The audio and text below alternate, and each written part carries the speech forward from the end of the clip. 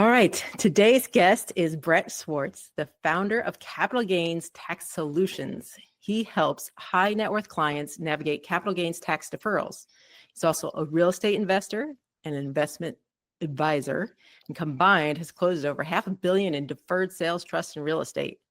As if that is not enough, he has also authored the best-selling book, Building a Capital Gains Tax Exit Plan, which I own on my Kindle. And you are the host of not one, not two, but three successful podcasts, one of which I had the pleasure of appearing on. I'll let the audience guess which one. It's not the tax expert one. So Brett, I'm excited to flip the script here and ask you some questions. But first, welcome to the show. Elizabeth, grateful to be here. Thank you so much for having me. Awesome to have you. All right. So you've built a wildly successful career by studying and now teaching the ins and outs of capital gains tax exit planning. I got to be honest, this is not something that I get wildly excited about, but I'm so happy that there's people in the world like you that do. Tell us what sets your soul on fire about this. Yeah, because it unlocks transformation for families like I've never seen before, for the entrepreneurs and the business owners, the real estate owners, the Bitcoin owners that are looking for what I think most people are looking for in their financial real estate or really any kind of investment plan, which is called truly passive income. And we believe that truly passive income is to your freedom and impact as compounding interest is to your money. And when you understand that piece of it and you focus like a laser, achieving the 10, 20, 30, 40, 50,000 per month passive income, that's durable. We call it no shoes, no shirt, no problem. You're Kenny Chesney on the beach, you're playing in your guitar, and you have not a worry in the world because this passive income is coming in. It's not you having to do anything for it, right? Or have to be pulled away from the business, into a business, pulled away into real estate or whatever it might be.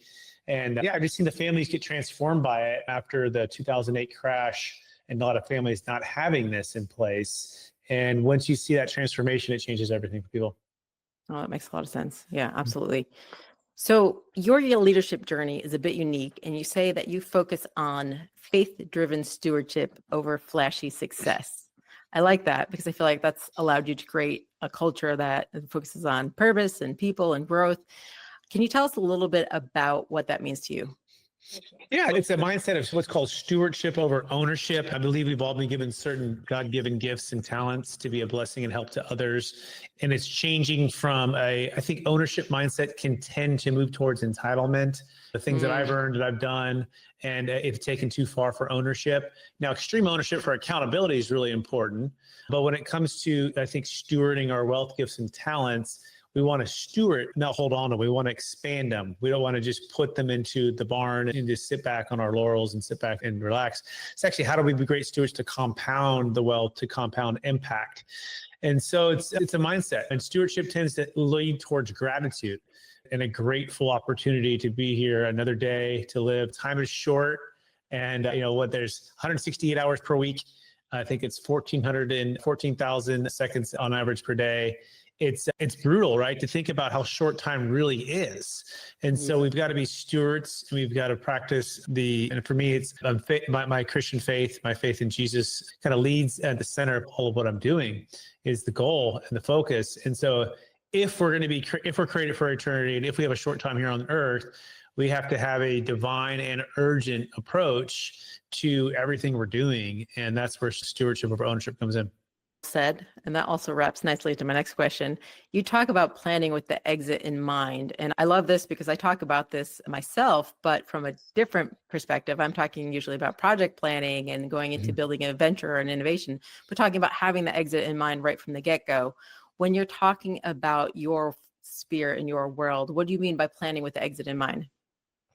So I think number one, understanding what matters to you the most. If you're sitting down with a family or a business owner, entrepreneur, real estate owner, Bitcoin owner, finding out what is the purpose of what you're doing and what matters to you the most, that helps to get clear on what the outcome might be that could achieve what matters to you the most. So that's what we mean by that. And I think oftentimes as entrepreneurs or real estate owners, Bitcoin owners, whatever it is that we're investing in or spending our time and our efforts and pouring into, sometimes we can lose track of that pretty quickly or change in our lives. And so you got to have the exit of what that looks like for you. It doesn't necessarily mean just selling the business or selling the real estate or selling the Bitcoin.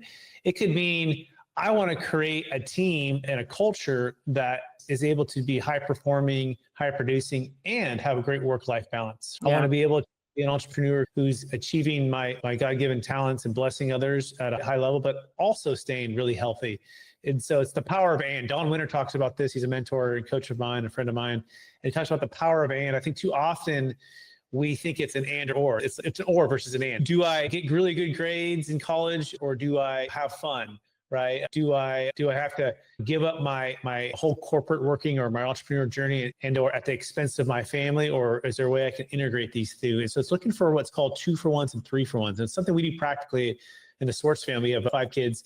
Is I try to bring at least one kid, if not more than one kid, or the whole family on every single one of our trips that we take. And so for the last 30 days, basically in June, as we were recording this, we were in 5 states. I had business mixed in, family reunions, Montana, California, South Dakota, time with friends on horses, in the mountains in Asheville, North Carolina, at a family wealth legacy event with DLP Capital. So it's all of these things all together, all in one. It was exciting, exhilarating, exhausting, and all these really good things, rather than being like, I want to either not do that kind of thing and or I'm just going to go by myself. You got to, as an entrepreneur and as a family man, I look to integrate, and now it becomes an adventure. It's a 2-for-1. Yeah, when you get the work and play. Exactly. And the family connection without sacrificing that. Yeah, absolutely. I can appreciate that with 3 kids of my own, of trying to integrate them as much as possible into work, because there's not enough hours in the day to spend appropriate time with families, appropriate time with yourself, appropriate time with the business. I like the and mentality. If you were to let people know one thing about your space, you feel like you're working with a new client, somebody is saying, Brett, I don't know anything about this area. What do I need to know? What's one thing you wish they would know coming into this, or maybe something that would help them come in open-minded to really jump into your services? Yeah, what we offer is we build capital gains tax exit plans to multiply freedom and impact for clients. And we use a unique strategy called a deferred sales trust. And most people have never heard of this thing called a deferred sales trust. They get it confused with what's called a Delaware statutory trust. And that sometimes the old guard, it's hard to teach the new tips or the new thing. Now, our strategy has been going on for close to 30 years, thousands of transactions, billions and billions of assets sold using it, over 2.5 dozen audits. It has a perfect legal track record, all that stuff. But still, if you've been trusting your CPA or M&A advisor, your business broker, your real estate agent with old strategies or just more standard, more commonly known strategies, sometimes it can be difficult to look at something that you've never seen or heard before, especially if you have a 5, 10, $100 million exit. And now you're facing this biggest financial decision perhaps of your entire life, your legacy, and you're having to step into something new at the 12th hour. A lot of times people find us 30, 60, 90 days before they're closing. Part of why I love it, by the way, because it's a chance to deliver on a very high level. I played sports growing up, and one of the best places was playing at the away game in a close game when all the fans are like, you're not going to win, or they thought we weren't good enough and we beat them and overcome that objection. Yeah, there's excitement when you're down to the wire, right? So what I want them to be able to do is say, hey, you know what? It's up to you to really encourage and bring to the table your trusted professionals to sit down with us and go through it. The toughest time when we lose deals is when someone is trusting a CPA or tax person or whomever, but that person won't come to the table to discuss the ideas or discuss their objections. And so it's almost like they're cutting themselves off at the legs and they're just not open-minded to discuss it. What we have found is when they actually bring them to the table, 9 out of 10 all join us. And they end up thanking their client for bringing them to it. But you also can't blame the tax person or the CPA, because they hear all kinds of wacky stuff all the time. And they're like, they don't want to waste their time and energy with stuff that just doesn't seem like it's going to fit. So that's the biggest thing. It's just come to the table, open mind, bring the professionals to the table. We work on a conditional basis, so we take all the pressure off. We promise to never talk someone into something that's not a good fit. At any point they think it's not a good fit, and no problem. You can just tell us, it's no problem. So that's kind of what I would say. Keep an open mind and bring the professionals to the table. So you've been doing this for a while, Brett. You're the expert in this space. You've written a book on this. What's something that surprised you about the journey, maybe good, bad, or interesting, that's different about how this has played out with your business versus what you thought when you're first getting into it? Yeah, I think entrepreneurism, and even just I knew something that's on the kind of cutting edge at times for folks. The uphill battle, like every single deal is still a battle.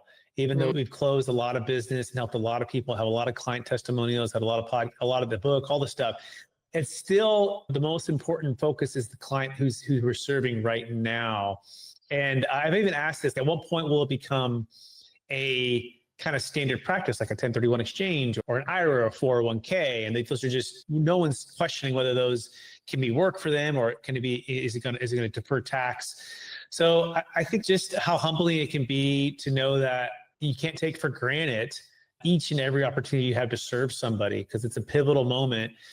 And also helping my new team members understand that too. Like, they see my success now and being able to articulate and help guide individuals to this process. And I'm scaling the business and teaching my team how to do this. And it's hard. And they're like, wow, I thought it'd be a lot easier. And so let me tell you in the beginning what I would do, right? I would drive 2-3 hours and I'd speak at an event, a real estate office in the Bay Area. Right. And I'd be so excited. There'd be 30 agents there. And I'm like, these people are going to just love it. And they're going to just jump on. And I give my best presentation.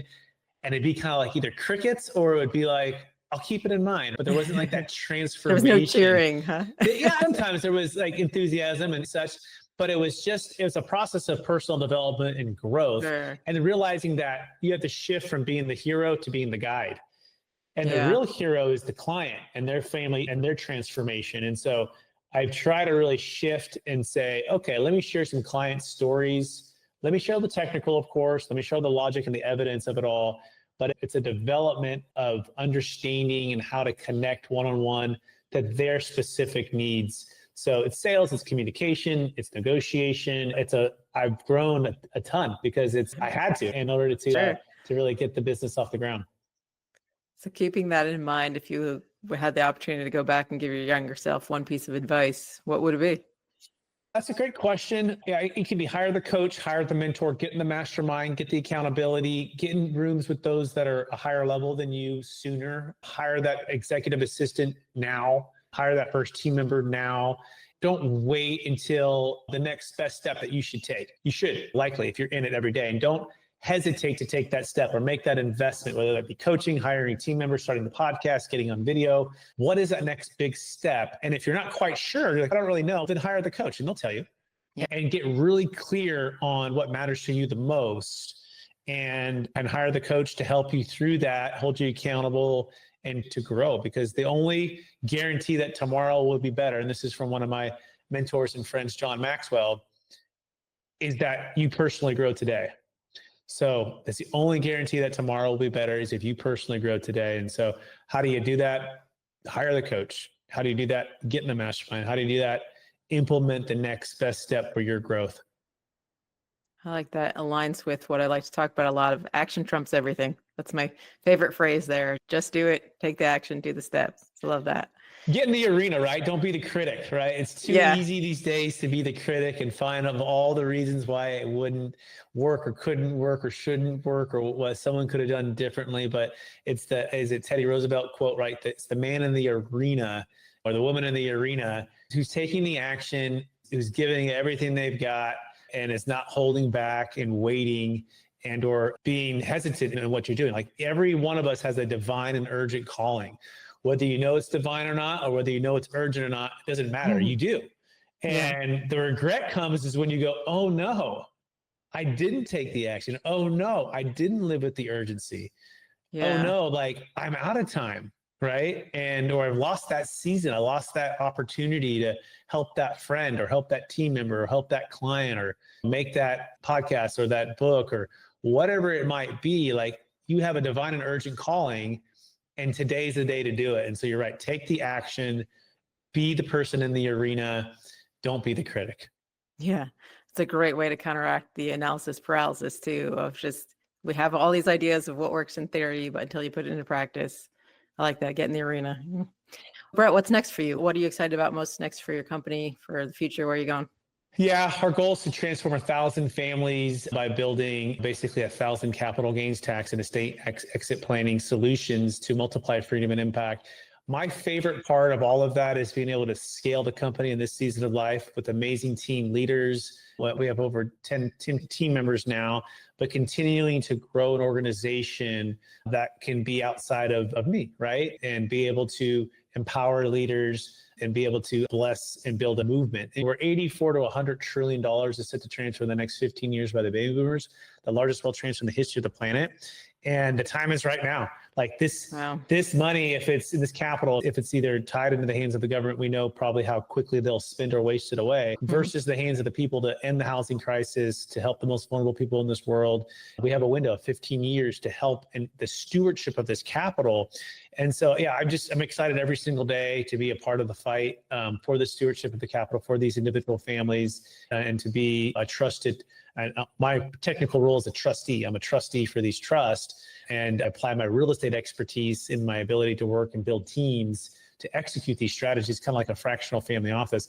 All of that to be said, it's great. My kids are also getting older and older. So I'd say the other part of this is my wife and I married 16 years, just about here. Oldest is 14, youngest is 6. It's really neat to see them in this stage of development and growth.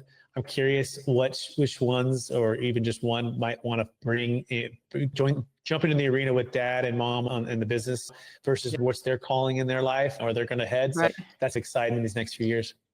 That's really exciting. See the legacy, see where it goes. Brett, if people want to learn more about you, follow you, learn more about the business, where do they get started? Where do they find you? Yeah, you can check out the book called Building a Capital Gains Tax Exit Plan.